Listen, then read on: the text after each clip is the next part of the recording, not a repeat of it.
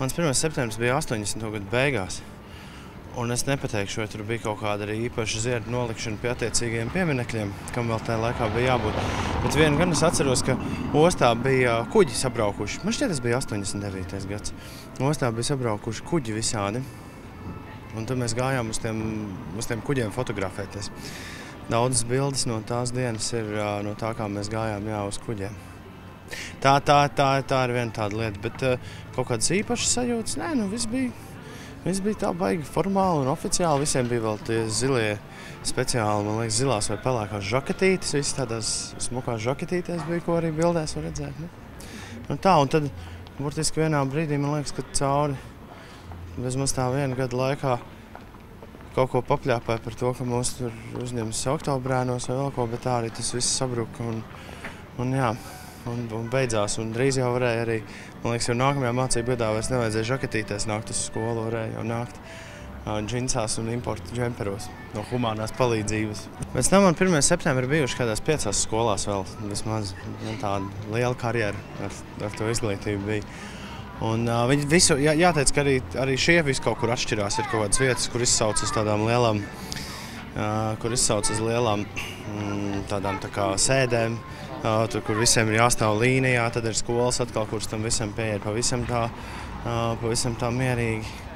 Ja, kaut kur direktors saka uzrunu, kaut kur nē, bet es nezinu, es joprojām sapņos, ik pa laikam atgriežos atpakaļ šādā vai tādā citādā skolā ar tādu sajūtu, ka tur kaut kas nav līdz galam izdarīts, un tad es pamostos no rīta, domāju, yes, tas tomēr ir beidzies. Patīkamākais jau bija tas, ka varēja ar foršām meitenēm pavadīt diezgan ilgu laiku kopā. Tā bija, man liekas, tā bija galvenā motivācija skolas apmeklējuma.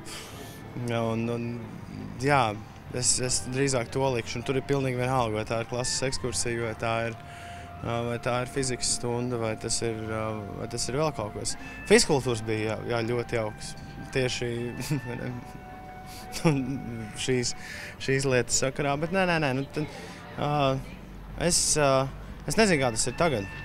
Kaut kad drīz droši vien uzzināšu bērnu sakarā, bet manā laikā visur tik baigi uzspiests, ka tā klase ir tāds kolektīvs, kur ir ļoti, kur, lai arī viņš ir mākslīgi salikts kopā, ka visiem tagad ir jābūt labākajiem draugiem un tā, bet man liekas, ka tajā brīdī zūd kaut kāda tāda tīrā cilvēcība. Skaidrs, ka tādā pilnīgā sajauktā izlases sistēmā gadās, kad sanāk ļoti patīkami cilvēki kopā ar ļoti nepatīkamiem cilvēkiem. Vairāk liekas, ka ir svarīgi katram ļaut pateikt savu viedokli. Es nemācījos laikā, kad kāds gribēja dzirdēt katra individu viedokli.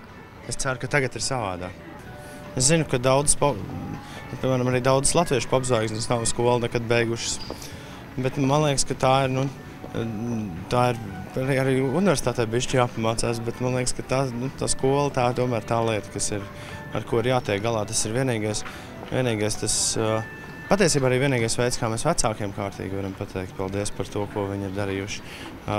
Kaut vai viņiem pa prieku tos 12 gadus izturēt, un tad jau dzīve rādīs, ko tālāk gribās.